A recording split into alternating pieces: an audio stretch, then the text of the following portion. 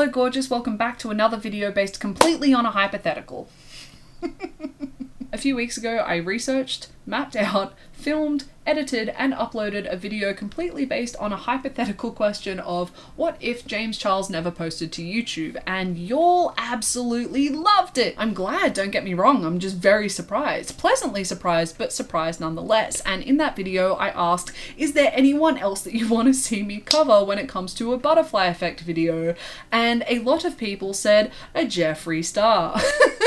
So ask and you shall receive, because I aim to please. What if Jeffree Star never posted to YouTube? Disclaimer and content warning, in this video, as I have already specified, I will be discussing Jeffree Star and because of this his history on YouTube. Therefore I will have brief discussions of Jeffree Star's affiliation with Blood on the Dance Floor and therefore the sexual assault and molestation allegations against Darby Vanity. I will have discussions of Jeffree Star's racist history, and I will also have discussions of what is commonly known as Dramageddon Part 1, 2 and 3. Part 2 being the Bi Sisters situation that happened in 2019, and part 3 being the downfall of Jeffree Star and Shane Dawson. If you find any of these topics potentially triggering, please proceed with caution or consider clicking off of the video altogether, because at the end of the day, I do not want my content to jeopardize your happiness or jeopardize your well-being. And even though I say this every single video, and even though I trust every single one of you, I still need to explicitly state that I do not promote, encourage or endorse any kind of mean, harassing, malicious behavior towards anyone that I discuss in my videos. This video and all of my videos are made strictly for entertainment purposes only, so I do not want for any kind of mean, hateful, malicious, harassing behavior to go out there into the world because of something that I've said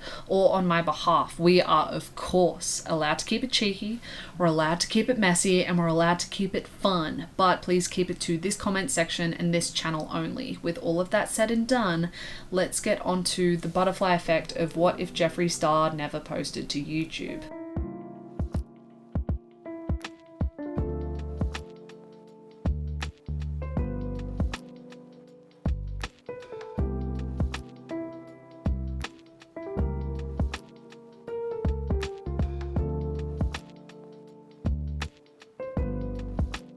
Jeffree Star is definitely an interesting person to try and map out a butterfly effect for, because Jeffree's online career and celebrity career, for lack of a better phrasing, didn't start on YouTube. It actually started years beforehand on MySpace, and from MySpace came a lot of failures but also a lot of successes. But on top of all of the successes and failures that Jeffree had during his MySpace fame time frame, he also made quite a lot of friendships and business relationships which will come into focus during his YouTube fame. So even though the butterfly effect that we are trying to map out in this video is what if Jeffree Star never posted to YouTube, we need to go back a little further and look at his MySpace fame. Because really, if Jeffree isn't the person to post to YouTube ever, then I highly doubt he is going to be the person to grow a following on MySpace, have a music career, and from that start Jeffree Star Cosmetics. So because of this reasoning, we have a few pieces of the puzzle to map out before YouTube. The most obvious being Jeffree Star's music career. His music was enjoyed by a lot of people, including Shane Dawson and Nikki Tutorials, which, fun fact, he had quite a substantial friendship with later thanks to YouTube, which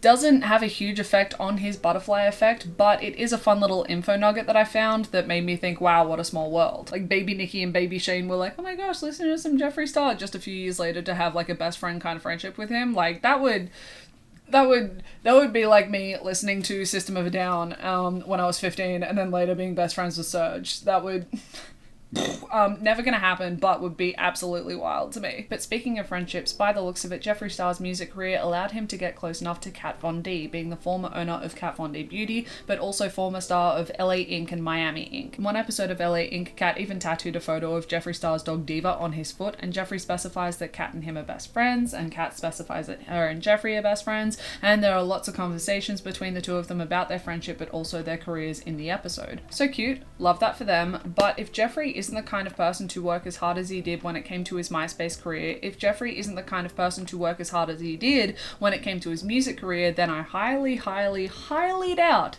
that him and Kat would have had their paths crossed in the way that they did for them to have their best friend friendship. And if that is the case, then there is the genuine possibility that the downfall of Kat Von D wouldn't have happened, or it would have happened later, or it would have happened in a less exhausting and volatile way, because objectively, Jeffree has contributed to this downfall over the years. But that is a piece of the butterfly effect puzzle that we are mapping out that I will be discussing further on later in a lot more detail. For now, Jeffree's music career. Because from what I could tell, MySpace didn't do much for Jeffree except for give him a name already, give him a platform already, give him a fan base already. So when Jeffree launched his music career, he already had a fan base behind him, he already had a name behind him, which meant that some of the marketing was already done. But in all honesty, listening to Jeffree's music again to research for this video, I found the music incredibly replicable and incredibly replaceable. Angst, sex, drama, love, and a lot of synthetic sound is exactly how you make a Jeffree Star song. Regardless, Jeffree himself may not be replaceable and he may be a very unique person, but his music, in my personal opinion, didn't reflect that whatsoever. So when it came to the tours and the press surrounding Jeffree's music career, it would be given to someone else in his absence from the music industry, because that's just how the music industry works. And who that would be, I genuinely don't know, because the options are infinite, because as I said, his music to me is incredibly replaceable and replicable, so I don't think it would have been that hard to find a replacement for Jeffree Star and his music. But one thing that would definitely be influenced by Jeffree's absence in the music industry is those tours with Blood on the Dance Floor. For those who don't know, Darby Vanity, who is one half of Blood on the Dance Floor, has been accused of sexual assault, misconduct, and molestation. Some of these instances allegedly happened when Jeffree was on tour with Blood on the Dance Floor, and Jeffree actually made tweets at the time alluding to the fact that he knew what was going on behind the scenes on tour with Blood on the Dance Floor. But last year, Jeffree was actually a guest on Chris Hansen's livestream when he was doing an investigation into the Blood on the Dance Floor allegations,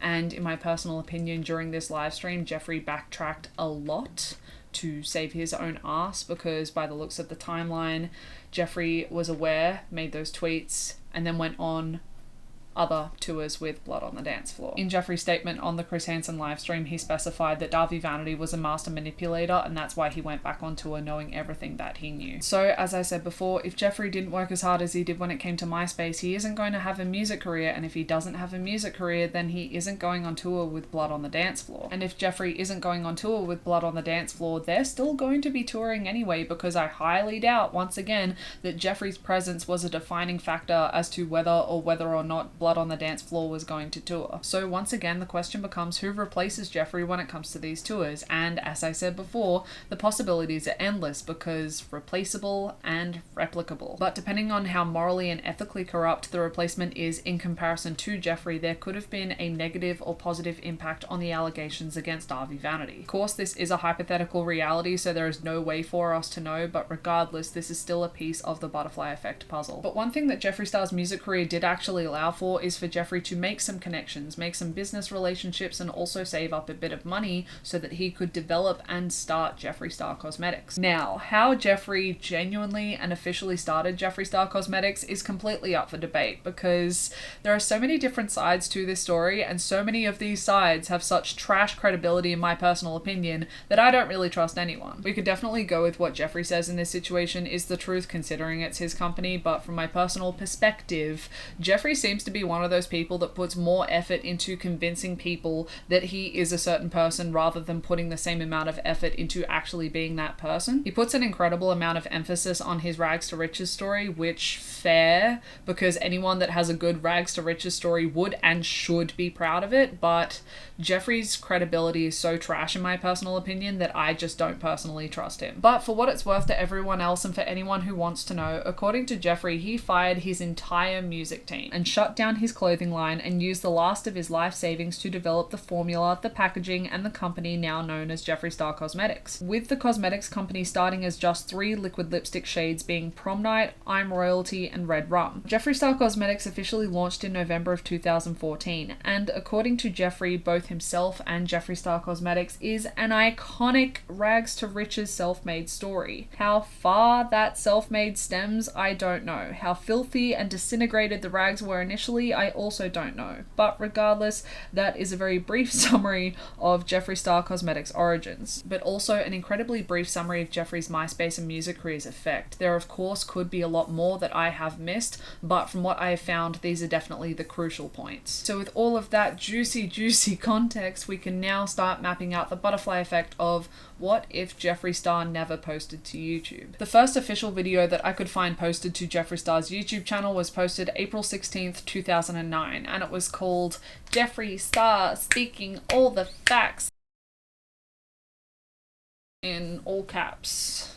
for emphasis. From what I could tell, it was just a compilation of 3 of Jeffree's MySpace videos highlighting his iconic moments and quotes, which watching that video again was definitely interesting to me, because the way that my brain went was, if Jeffree tried to post that today to try and reach the same amount of fame that he has today, he would go absolutely nowhere and probably be torn to shreds for it. That video would do absolutely nothing. It would just collect dust, and the few views that it would manage to get, I'm pretty sure they're going to be clicking off in 5 seconds. But between the posting of Jeffree Star speaking all the truth and about November of 2014, Jeffree's YouTube channel had very, very little. You could see that the primary focus of Jeffree's YouTube channel during that time was his music career, with all but one video essentially being a music video or a tour video. Which, cool, dope, love that for you, but it just means that for the first 5 years of Jeffree Star's YouTube channel, there was very little, in my personal opinion, was quite boring. From my perspective, knowing everything that I know, going back and looking at the origins of Jeffree's YouTube channel,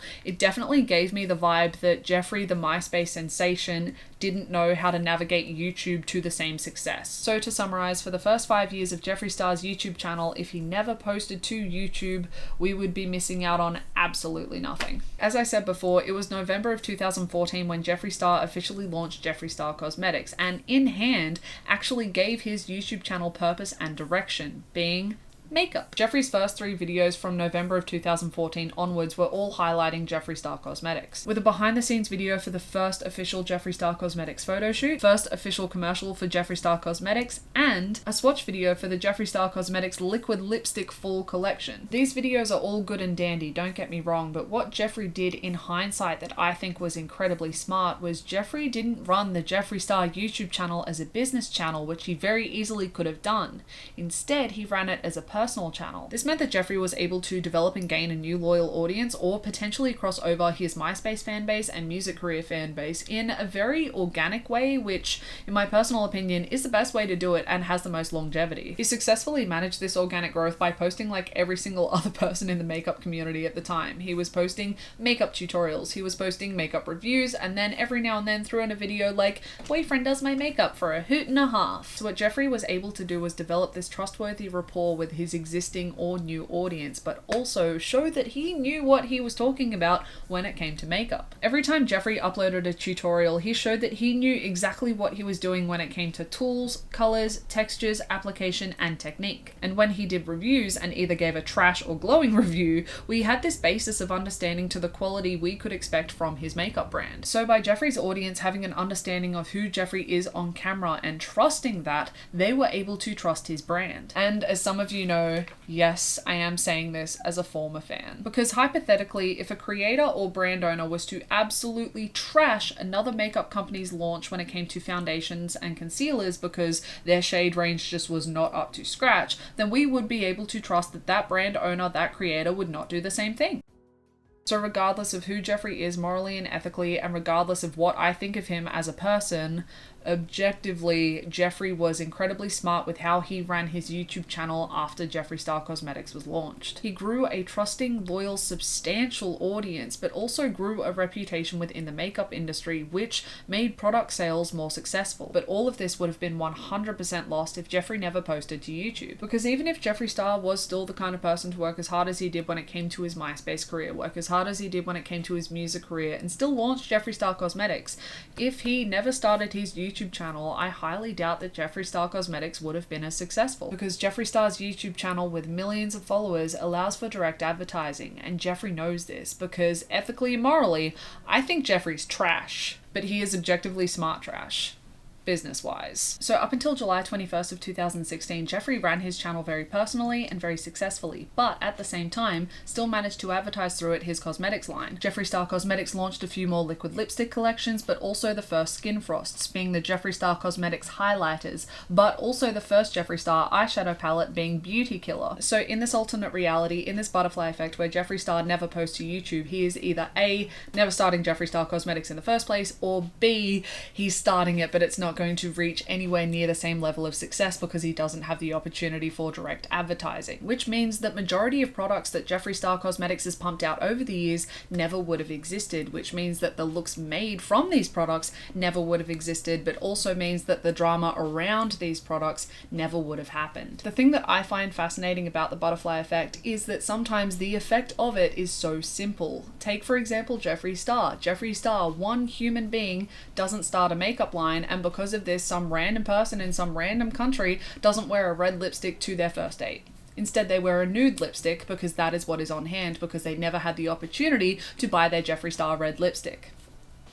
So the effect of the butterfly effect can be so astronomically simple, but at the same time have the potential to wipe an entire moment of YouTube history. Because hindsight being 2020, with everything that we now know about Jeffree, the King Tut highlighters coming shattered to people is absolutely nothing. But at the time, this was huge. This was quite scandalous, and lots of people's hard-earned money was arriving to them completely shattered, and they were not shy about voicing their outrage, voicing their disappointment, which, yeah, fair enough. So with these King Tut highlighters specifically for this example, not only did we have a lot of disappointment and a lot of outrage that people weren't shy in voicing, but we also had a lot of commentary channels making videos on it, making videos on the scandal. But not only did we have upset customers and commentary channels, we also had people have their highlighters arrive to them not shattered, so they were actually able to do reviews, both positive and negative. So in the grand scheme of things, all of those Instagram posts, all of those tweets, all of those YouTube videos, all of those views, all of those likes, all of those followers that people gained from all of those posts never would have existed because one person never posted to YouTube. Jeffree Star never posted to YouTube, and every single person who has ever made a video on Jeffree or Jeffree Star Cosmetics is affected for better or for worse. To give some cheeky perspective, if you type Jeffree Star into Google, over 7 million results come up. So all of those YouTube careers that have potentially been affected for better or for worse. But one person whose career has definitely been affected for the worse is that of Kat Von D. A lot of the information for this specific situation has been lost on the internet because people have deleted things, but also both parties have just kind of drowned out this situation with other bullshit throughout their career. So I've tried my best to piece together the timeline, but she's a bit fuzzy, I'll be honest. But from my understanding and from what I could find, before July 21st of 2016, Kat Von D posted a series of tweets calling out Jeffree Star and his awful behavior. From what I could see, she has since deleted the tweets, so all I could really go off was screenshots, but they weren't concrete enough for me, so I took them with a grain of salt. But that's okay, because Kat Von D made a video clarifying her tweets, calling out Jeffree Star's awful behavior, publicly disassociating from him, and publicly breaking up with him. But unsurprisingly, that video is also now deleted. This moment was quite huge on YouTube, but also quite huge in the mainstream media thanks to Kat Von D's mainstream success, but also quite huge in the makeup community and makeup industry because you had two well-known brand owners fighting it out. From what I can tell, people sided with Kat quite fast until Jeffree posted to his YouTube channel, "Dear Kat Von D, it's easier to tell the truth." All caps. He posted this response video July 21st of 2016 and defends himself and clears up the situation. Now, as I said before, how much credibility I think Jeffree's word has is incredibly little, but I also think the same for Kat. Awful people fighting awful people is always fascinating to me because both parties are seemingly using the same manipulative tools to convince the audience that they are the ones that are in the right and the other party is the party that is in the wrong, and that they themselves are the bigger and better person and that they aren't going to stoop to the level of the other person and blah blah blah. It's always exhausting to me trying to find the logic in these videos because either these people don't recognize their own multi-dimensional hypocrisy, or they think we as an audience aren't intelligent enough to see through their bullshit. Take your pick. But as I said before, if Jeffree never posted to YouTube and was never the kind of person to be MySpace famous, his path never would have crossed with Kat for them to have a very public friendship, and because of this, their public fallout wouldn't have happened. Which, from my understanding, I think a genuine effect of Jeffree Star's butterfly effect could have been that Kat's very public downfall in the media never would have happened as spectacularly, or it would have happened later. Because from my understanding, from my research, people really believe Jeffree and the receipts that he posted, but it's also kind of hard to gauge because the comments are now turned off on that video. He highlighted in his video all of the lies that Kat Von D told in hers, the biggest one being that Jeffree never paid for the services of professional logo designer BJ Betts when it came to designing the logo for Jeffree Star Cosmetics. But not only did he have time to do this, but Jeffree also decided to tear down her character a teeny bit more when he had the chance. But also, from what I could tell, Jeffree smoothed over everything with BJ Betts to the point where BJ actually went onto Twitter to specify that him and Jeffree were cool and that Jeffree had paid him. I'm not sure of the relationship between BJ Betts and Kat Von D, and I'm not sure if it was their intention or not, but regardless, BJ Betts going onto Twitter and announcing that he and Jeffree are cool and announcing that he was paid unfortunately gave more evidence to suggest that Kat Von D is a liar. So even though Jeffree Star wasn't the sole reason for the demise of Kat Von D, this very public and volatile friendship breakup and the resulting tarnishing of Kat Von D's reputation meant that people were a lot less forgiving for her later scandals in the future. For example, the time that Kat named one of her red lipsticks underage. As for the anti-vaxxing and anti-Semitism controversy, that one's all on Kat. But from what I could see and from my understanding, the way that Jeffree helped end their friendship definitely tainted the reputation of Kat, which meant that her scandals in the future were a lot less forgivable. So if Jeffree Star never posts to YouTube, who knows where Kat Von D's career could be today? I don't think Kat's brand and career would be super successful without Jeffree Star. I just think that maybe her career and brand would have had a lot more longevity if it wasn't for Jeffree Star and their very public breakup. But it isn't just his friendship with Kat Von D that's had a huge influence, it's also been his very public friendship with Manny Mua that has made a huge difference to Manny's career, which, as I have said before, develops a more trustworthy and personal rapport with audiences. But after 7 video collaborations on Jeffree's channel and 3 on Manny's channel, Jeffree and Manny did a makeup collaboration. Manny Mua developed with Jeffree and Jeffree Star Cosmetics the Manny Jeffree collection, which consisted of 1 Skin Frost highlighter called Eclipse and 2 liquid lipstick shades called Daddy and I'm Shook. Don't get me wrong, it's cute, but seeing what is being offered by the makeup industry as a whole, but also seeing what is being offered by the two of them separately with their companies now, it's like, ooh. That's it. For Manny Mua specifically, I think the absence of Jeffree Star on YouTube makes a huge difference, but also at the same time not. Because Manny Mua was not made by Jeffree Star, and objectively, Manny has worked very hard and has consistently done well online and knows exactly what he's doing. But it wasn't just Jeffree that Manny was developing these online friendships with, which means that these collaboration videos that exist on Manny's channel with Jeffree, I think still would have gone ahead just with some other makeup influencer. Jacqueline Hill and Patrick Star are 2 makeup YouTubers that Manny had already done collaborations with. So with the trajectory of Manny's career, maybe, possibly Jeffree's presence has sped it up, but I don't think it's affected Manny all that much. But one thing I think Jeffree's presence definitely did help with was the development and creation of Manny's own makeup line, Luna Beauty. Manny's makeup line, Luna Beauty, launched June 2nd of 2018 with the Life's a Drag palette, and the last video collaboration between Jeffree and Manny was posted on Manny's channel August 14th of 2017. In Manny's launch video, he specifies that he's been working on the palette and therefore the brand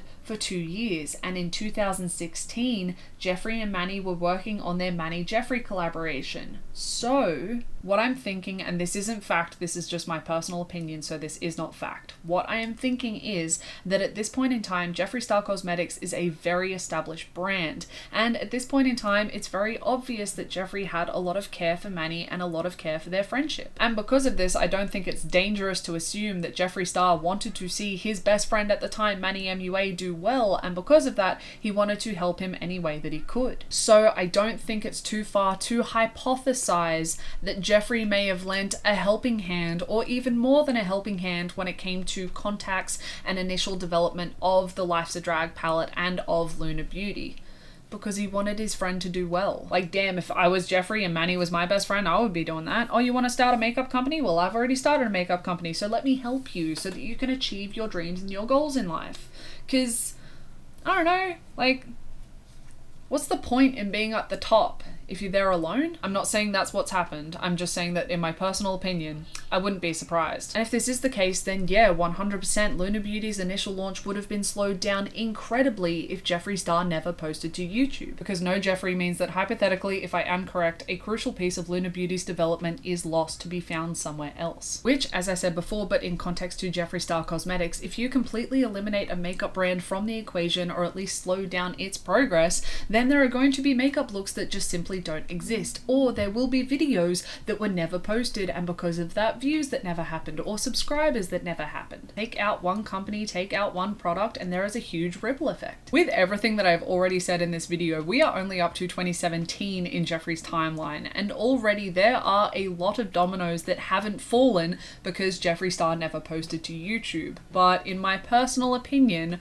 one domino that still would have fallen with or without Jeffree posting to YouTube would have been Jeffree's racist past. Similar to what I said in my James Charles butterfly effect video, regardless of if Jeffree posted to YouTube or not, he is still going to be that disgusting piece of trash at that age that thought jokes of throwing battery acid on a woman's skin to lighten it is funny because it's shocking.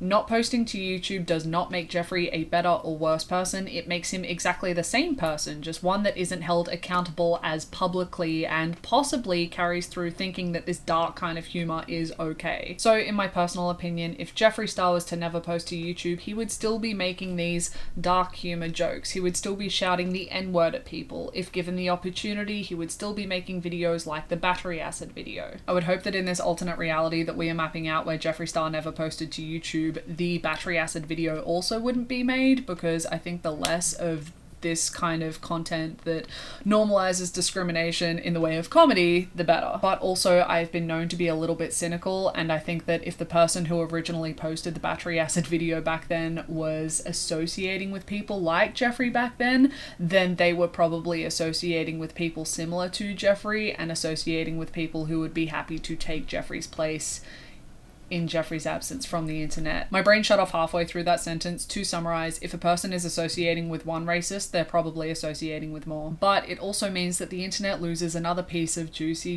tea, drama, scandal, gossip. At the time, this situation seemed huge. It was the biggest downfall in the makeup industry since Kat Von D. It was the biggest situation to happen with Jeffree Star since Kat Von D. But in hindsight, and it's sad to say, but I think Jeffree has unfortunately outdone himself time and time again, and every apology video that Jeffree posts, they seem to get increasingly worse. In my personal opinion, this is not fact, this is my personal opinion, I think Jeffree Star purposefully puts things into his apology videos that have absolutely no business being there, so that people end up criticizing the apology videos more than what led to the apology videos. Cheeky bit of misdirection. So with this situation specifically, if Jeffree Star never posted to YouTube, we would lose all aspects of his racist past. And in all honesty, I think that's probably one of the best realities. And in all honesty, all of these tears, dramas, scandals, controversies that Jeffree has been a part of over the years, and I will be highlighting the big ones, the crucial ones in this video, but for all of the ones that I don't highlight, in my personal opinion, Jeffree majority of the time is in the wrong. He may not be the only one that's in the wrong, but he is still in the wrong. And majority of the time, Jeffree exhausts so much of his time and energy preaching that he is the bigger, better person in all of these situations rather than just being the bigger and better person. So Jeffree never posts to YouTube, and because of this, all of this gross, awful, petty BS that he is a part of never happens because of this butterfly effect. And is that not the best sounding reality? But back to the timeline. After Jeffree posted racism in all caps June 21st, 2017, his career, his channel, his brand did suffer a bit. In comparison to other YouTubers and other brands, yes, Jeffree was still doing very, very well, but in comparison to how he was doing before his racism controversy, he was doing a lot worse. That was until the iconic duo was formed. That was until Shane Dawson and Jeffree Star made their first docuseries together. I have done a whole video analyzing the first and second docuseries between Shane and Jeffree if you want to go check that out. If you don't want to go check that out, that is fine, but for context, I unfortunately used to be a fan of both of them. But after just a lot of shit, my own research, but also just watching the downfall last year unfold, I found out very quickly that my support and loyalty was misplaced, and I placed it somewhere else. Shane Dawson at this point had done 2 other docuseries of similar styles with 2 other YouTubers, being Graveyard Girl and Tana Mojo after the TanaCon fuckery. But weirdly, it was this docuseries with Jeffree Star that set off quite a lot of dominoes. For Shane specifically, if you looked at his channel, it was going downhill for quite some time because, like a lot of other OG YouTubers, Shane just wasn't able to keep up with the times and he wasn't able to adapt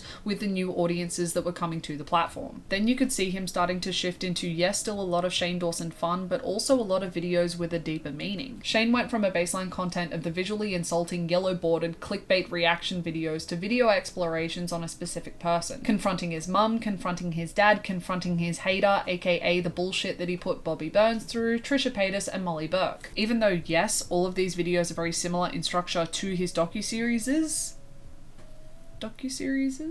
The difference from my perspective at least is before the Graveyard Girl docuseries, the focal point of Shane's videos was Shane and the person he chose to involve in the video. But from Graveyard Girl onwards, the focal point was the person he was doing the videos with, and he was the narrator. He was our guide throughout the exploration of the person that the videos were focusing on. And the series with Jeffree Star was no different because Jeffree was the focal point. Jeffree's life was the focal point. Everything leading up to that point in time that Jeffree had been a part of was the focal point, and Shane was our guide. And this docuseries far surpassed every other one that he had done, with Graveyard Girl's most viewed video on Shane's channel having 13 million views. Tana's highest viewed video on Shane's channel has a cheeky 25 million, and Jeffree's highest viewed video in the first docuseries is at 50 million.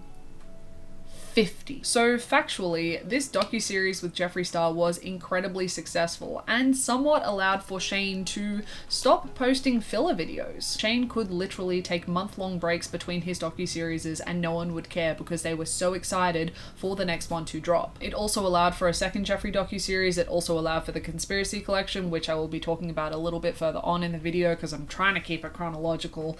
I'm trying my hardest to keep this chronological, but I think it also allowed for the Jake Paul docuseries as well. Because even though Jake Paul is very successful, and even before the Shane docuseries was very successful, I think objectively he is still possibly to this day, and definitely was back then, one of the most despised and hated YouTube creators. One of the most despised and hated social media creators. Jake was going to need an incredible redemption arc to put him back in the good favor of the internet, and Jeffree's first docuseries with Shane was a very good proof of concept because it saw the whole internet forgiving one of the most hated people online. So Jeffree Star never posts to YouTube, and because of that he definitely isn't doing a docuseries with Shane Dawson, and because of that I don't really think that there is enough proof of concept for Jake to be trusting enough of Shane Dawson for him to give him this story for the docuseries. Even if Jake trusted him, I don't think that Jake's team would have trusted him because the Tana docuseries wasn't a good enough proof of concept when it came to can Shane Dawson deliver a redemption arc for Jake Paul. And unlike Jeffree's music career, I don't really think that Jeffree is replaceable in this situation. Yes, Shane has been on YouTube long enough that he would definitely be able to find a subject for his docuseries, but no matter who it could have been, and it could have been so many people because Shane had that many connections, no matter who it could have been, I don't think it would have been as successful as the first Shane and Jeffree docuseries. Because one, I don't think that there was someone trusting enough of Shane at the time to be able to open up to him in a constructive way for Shane's content, and two, I don't think that there was someone who was controversial enough to make a good narrative, but not too controversial that a redemption arc wasn't possible. For context, my opinion on the brilliance of the docuseries has changed over the years, but I do remember at the time, and I was not the only person, my opinion of Jeffree Star definitely changed thanks to this docuseries, and I became a fan of Jeffree thanks to this docuseries, and Shane's docuseries was something that I quite enjoyed and anticipated. So without Jeffree and without the first docuseries, I think Shane, yes, still would have been incredibly successful because Jeffree did not make Shane, but I think the trajectory when it came to the docuseries would have been slowed down. Maybe not incredibly, but I still think that that trajectory would have been slowed down. As for Jeffree, This docuseries actually revived his career. It brought a lot of forgiveness to Jeffree. It also helped him develop a new audience that was incredibly loyal and incredibly supportive, but it also brought new eyes to his makeup company, making sales skyrocket. Which, great for him, but if he never posted to YouTube, then it doesn't really matter. But 4 people who definitely would have had a nicer year if the first Jeffree Star docuseries never dropped is Gabriel Zamora, Nikita Dragon, Laura Lee, and Manny Mua. Because after the docuseries dropped and the internet forgave Jeffree, Gabriel Zamora decided to post this to his Twitter, and this wildly sparked what is commonly known as Dramageddon Part 1. I've talked about this situation in detail in a previous video of mine, being the history of the beauty community's tease, drama, scandals, and controversy, so if you want to go check that out, check it out, but if you don't, here is the briefest of rundowns. Gabriel Zamora threw some subtweeting shade at Jeffree with this post to Twitter. The internet and Jeffree knew that this post was about Jeffree, so the loyal followers of Jeffree went through each of the 4, being Nikita Dragon, Gabriel Zamora, Manny Mua, and Laura Lee's past,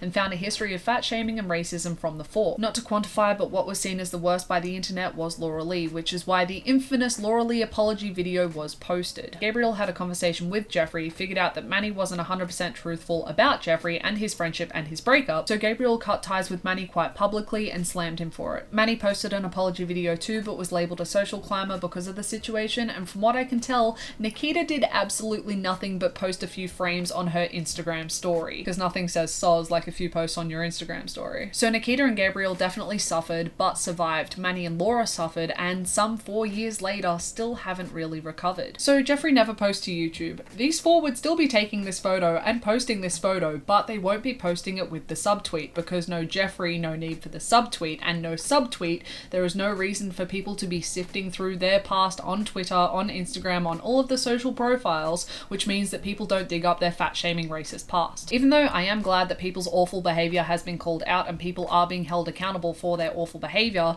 if Jeffree never posted to YouTube, there is the genuine possibility that Manny Mua and Laura Lee could be having thriving careers. Which, thinking about it, is that not kind of weird that Jeffree's presence both made a positive impact and a negative impact on these 2's careers? So no Jeffree Star, no what is commonly known as Dramageddon Part 1. But not only is there no Dramageddon Part 1, but there is no what is commonly known as Dramageddon Part 2, and no what is commonly known as Dramageddon Part 3, or Carmageddon, which is also known as the Bi Sisters situation, or the downfall of Jeffree Star and Shane Dawson. And this is where we start to get really messy, because there are a lot of dominoes falling or not falling that are or aren't falling depending on Jeffree posting or not posting to YouTube. These 2 situations I've covered in a lot more detail in my Histories of Beauty Communities Tease Dramas and Scandals Part 2 and Part 3, so if you want to go check them out, go check them out. If you don't want to, I'm going to try and map it out as best I can. For those who don't know, what is commonly known as Dramageddon Part 2 is when Tati Westbrook posted the video Bi Sisters, which accused James Charles of sexual predatory behaviour. A video and statement that she has since retracted and apologised for, and a video and statement that she has since specified that she was manipulated by Jeffree Star and Shane Dawson into posting. James Charles lost close to 3 million subscribers just to post a video that seemingly proved the allegations false, saving his career and trashing Tati's career in the process, as well as Jeffree's. Because Jeffree on his Twitter talked a big game about how he was going to destroy what was left of James's career, make a huge expose video just for him to post the Never Doing This Again video. A video that, in my personal opinion, was just Jeffree once again trying to convince people that he is bigger, he is better, and a happier person than everyone else in the situation, and that he could destroy James if he wanted to,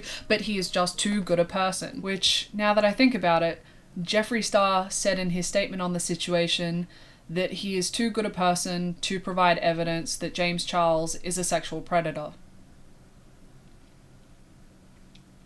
I hope I've misheard something. In May of 2019, when Bi Sisters was happening, Jeffree's true level of involvement was kept pretty quiet, and this situation, as I have specified before, has a lot of information and no information at the same time, and is just a multi-dimensional pile of awful shit created by awful people. But in June-July of 2020, Jeffree Star and Shane Dawson's past awful behaviour was being brought back into the eye of the internet, but also theories that Shane and Jeffree had more involvement in Bi Sisters, a situation that destroyed James's career for a hot second, and a situation that destroyed the reputation and career of Tati for a whole year, and possibly longer depending on who you talk to. People wanted answers because it didn't seem fair that one person was holding all of the judgment of the internet when it wasn't just them. And from my understanding, it was actually Jeffree that started off these theories that he and Shane had more involvement in Bi Sisters thanks to some throwaway comments that he made in interviews back in 2020. Shane had his own downfall in 2020, but that will be for a possible Shane Dawson butterfly effect video because I have had quite a lot of requests for that. As for Jeffree, all of his past awful behavior was brought back up, as it typically does, but also a former friend Tab posted a video expressing his personal experiences around Jeffree, where he has been an awful friend, making fun of another friend's drug addiction and recovery,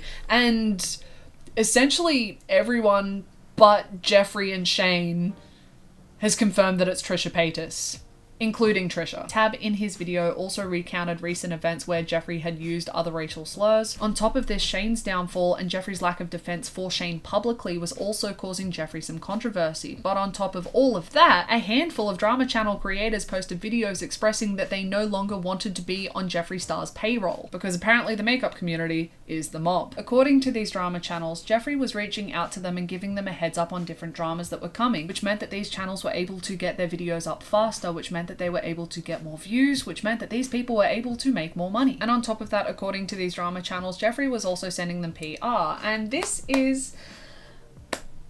I've done a lot of research into the history of the beauty community's tease, drama, scandals, and controversies because I have a whole entire series on it, and I at first thought it was going to be a cute little hoot and a half, and then it turned out to be a whole entire expose on everything. Either way, I digress.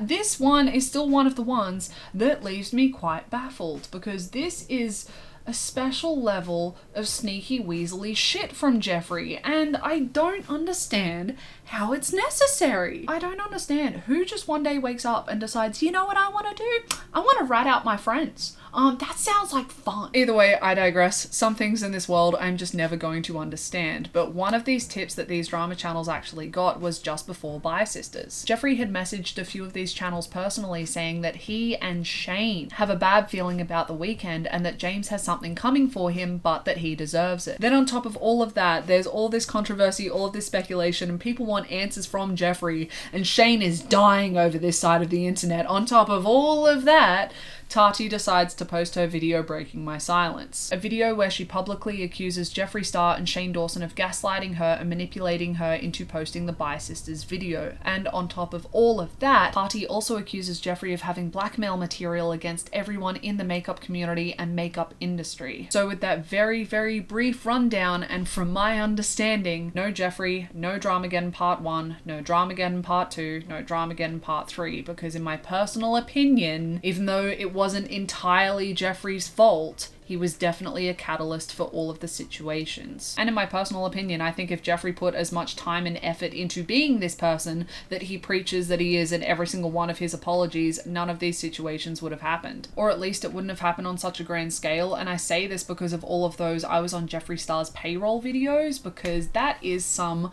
unnecessary devious shit right there. That's not stirring the pot, that's just setting the kitchen on fire because you can. So even though I personally and the internet as a whole don't really understand what is going on, because all of the truth in the allegations has been diluted from all of the bullshit from each party involved, it is my personal opinion, this is not fact, this is my personal opinion, I think that Jeffree Star had a bigger hand to play when it came to the Bi Sisters situation. Definitely a bigger hand than he is admitting to, and in my personal opinion, I think that Jeffree played a crucial enough part that in the reality in which he never posted to YouTube, there would have been no one to take his place. The Tati and James Instagram story situation still would have happened because James still would have gone to Coachella, James still would have signed that deal with Sugar Bear Hair, and therefore he still would have posted those Instagram stories. So that all would have still happened. But I think there is the slightest possibility that the allegations against James may not have seen the light of day until this year's. In my personal opinion, the vitamin section of the Bi Sisters situation still would have occurred, but I don't think that Tati would be posting the video Bi Sisters if it wasn't for Jeffree's involvement. So James's career and Tati's career I think would have been way more successful without the influence of Jeffree Star in the Sugar Bear Hair situation. I think it would have been known as the Sugar Bear Hair situation, not the Bi Sisters situation. As for what is commonly known as Dramageddon Part 3 or Carmageddon, If Jeffree never posted to YouTube, he can't be served karma. These drama channels that were on Jeffree Star's payroll that were getting the inside scoop on all of these tease, dramas, controversies, and scandals, they still would have been making videos, they still would have been posting, but their trajectories probably would have been slowed down. As for Shane, in a reality where Jeffree Star never posted to YouTube, I still think that he would have had that downfall last year, because part of Shane's downfall last year was the fact that he, as a creator, has a history of profiting off of all kinds of discrimination. And with the George Floyd protest last year and the Black Lives Matter movement and protests that followed, creators like Shane with a history like Shane's were less forgivable for their past than they previously had been. So I still think that Shane would have been cancelled last year with or without Jeffree's help, because Shane, from my perspective, apologizes in the hopes to get people to like him again instead of becoming someone worth liking. But also with his consistent profiting, lack of understanding, recognition, and education, the internet will and has run out of patience. So in my personal opinion, with or without Jeffree, Shane still ends up at the same destination, just a different journey. Instead of trudging through cow feces, he trudges through cat feces. I think that's all of my thoughts and opinions when it comes to what is commonly known as the Dramageddon saga. It's just a disgusting mess, and it actually gets me quite heated. At the moment, I've gone into my monotoned anger instead of my like, ah, kind of anger, so that's quite cute. But from my perspective, the severity of the allegations against James were not treated with any kind of respect. They were treated for fucking content and profit by adults. But from Carmageddon or Dramageddon Part 3 or the downfall of Shane Dawson and Jeffree Star, whatever you want to call it, happening in 2020, we need to jump back in the timeline a bit to the end of 2019. Because if Jeffree Star never posted to YouTube and because of that was never in the first docuseries with Shane Dawson, then I highly doubt he is going to be in the second one, and because of this, the conspiracy collection never exists. The literal internet breaking makeup collection by Jeffree Star and Shane Dawson would cease to exist because Jeffree Star never posted to YouTube. This moment in YouTube history would be a wild one to erase, because as I have said in plenty of videos, regardless of subjective opinion, mine or yours, the docuseries and the collection had the internet mesmerized. This collection literally broke Shopify and therefore screwed up all of the other websites that use Shopify. This palette essentially created an online retail blackout. But looking back at it objectively, the palette, the collection, the docuseries, the internet was mesmerized, but also it was a defining moment for Jeffree Star, Shane Dawson, the internet, the makeup community, and the makeup industry. Watching the makeup collection go from pitch to in our hands had never been done before, and a marketing campaign as extravagant as this hadn't been done before either. This collection, Shane and Jeffree were widely celebrated, and understandably so, because the series had everyone mesmerized. But remove Jeffree Star from the internet, and therefore this series, this palette, this collection from the internet, what happens? Shane had consistently made odd, for lack of a better phrasing, choices when it came to business in the past, and looking back at a lot of them, incredibly uninspired and fell flat in my personal opinion. All of Shane's business adventures seemed to pick a level and just stick with it, which meant that there was no real contrast, which meant that there was no real interest for us to have. But on top of all of that, according to Shane in the docuseries, so once again, Shane is a kind of person that I think's credibility is just trash at this point, so I'm not 100% trusting when it comes to what he says, but according to Shane and his recounting of a lot of these business adventures, he took quite a small cut of the profits, meaning that he screwed himself out of quite a lot of dollars. So according to Shane in this series, by the looks of it, this series allowed for Shane to start making smart decisions when it came to business. The merch looked incredible, he was finally getting a decent cut of the profits as well, and the palette was also super fun, and none of it felt like it was flatlining from the get-go. Shane was finally putting out a product that the mass majority was excited to buy, which dope, love that for him. But Jeffree never posts to YouTube, the docuseries never exists, and none of this ever happens for Shane. There is a key piece of Shane Dawson's YouTube career missing if we take out Jeffree Star, and I'm not 100% sure what it looks like because this whole video is based on a hypothetical, but I'm pretty confident in saying that Shane would still have a lot of money but preaching that he's poor, and his life would just be a lot more boring. As for Jeffree, he never posted to YouTube in this reality, so probably still working at Mac, I don't know. But the wild effect, for me at least, is the effect on the consumer, on the audience, because as I mentioned in my James Charles video, as I briefly mentioned before, if you eliminate Jeffree Star from the internet, you effectively eliminate Jeffree Star Cosmetics, and if you eliminate Jeffree Star Cosmetics,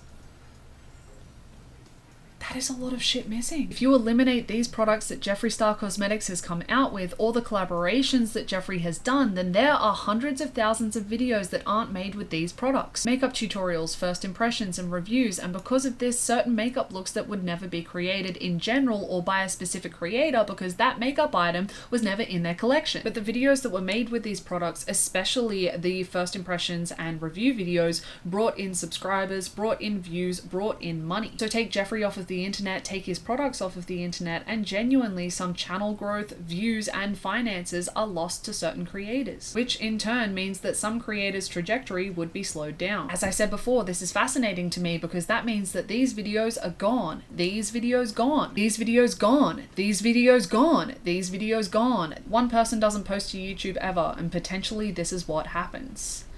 Absolutely fucking wild. But not only are certain YouTube creators' trajectories slowed down, but potentially Morphe's is too. Jeffree himself and Jeffree Star Cosmetics and Morphe have always had a very successful business relationship, and because of this, Morphe has always gotten the exclusive releases and collaborations with Jeffree and Jeffree Star Cosmetics. If you take Jeffree off of the internet, it wouldn't ruin Morphe because Jeffree didn't make Morphe, but I do think it would negatively impact them. As for who would take Jeffree's place when it comes to the Jeffree Morphe collaboration palette and brushes, Morphe's one of those companies where they are constantly pumping out new product after new product. So Morphe probably just would have pumped out one of their own palettes, like a 3654C palette, or just done another collaboration with one of their Morphe babes. So like Jeffree's music career, I think that he is incredibly replaceable when it comes to palette collaborations with Morphe, but unlike his music career, I don't think his business relationship is replaceable with Morphe. Ultimately, if Jeffree Star never posted to YouTube, a lot never would have happened, and a lot of it in the positive in my personal opinion, because there was a lot of unnecessary toxicity that just wouldn't have had the dominoes fall in the right way required without Jeffree for certain events to occur. So possibly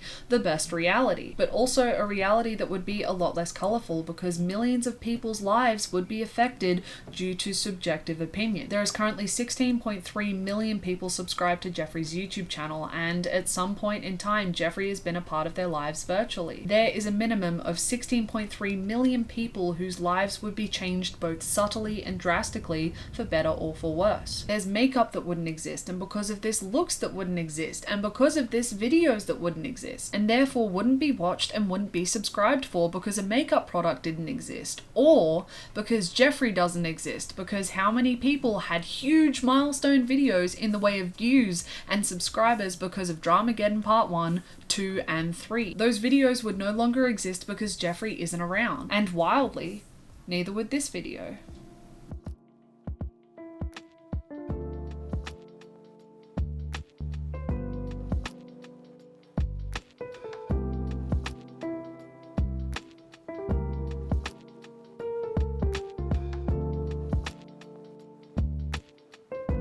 Hot diggity damn, how are we all feeling?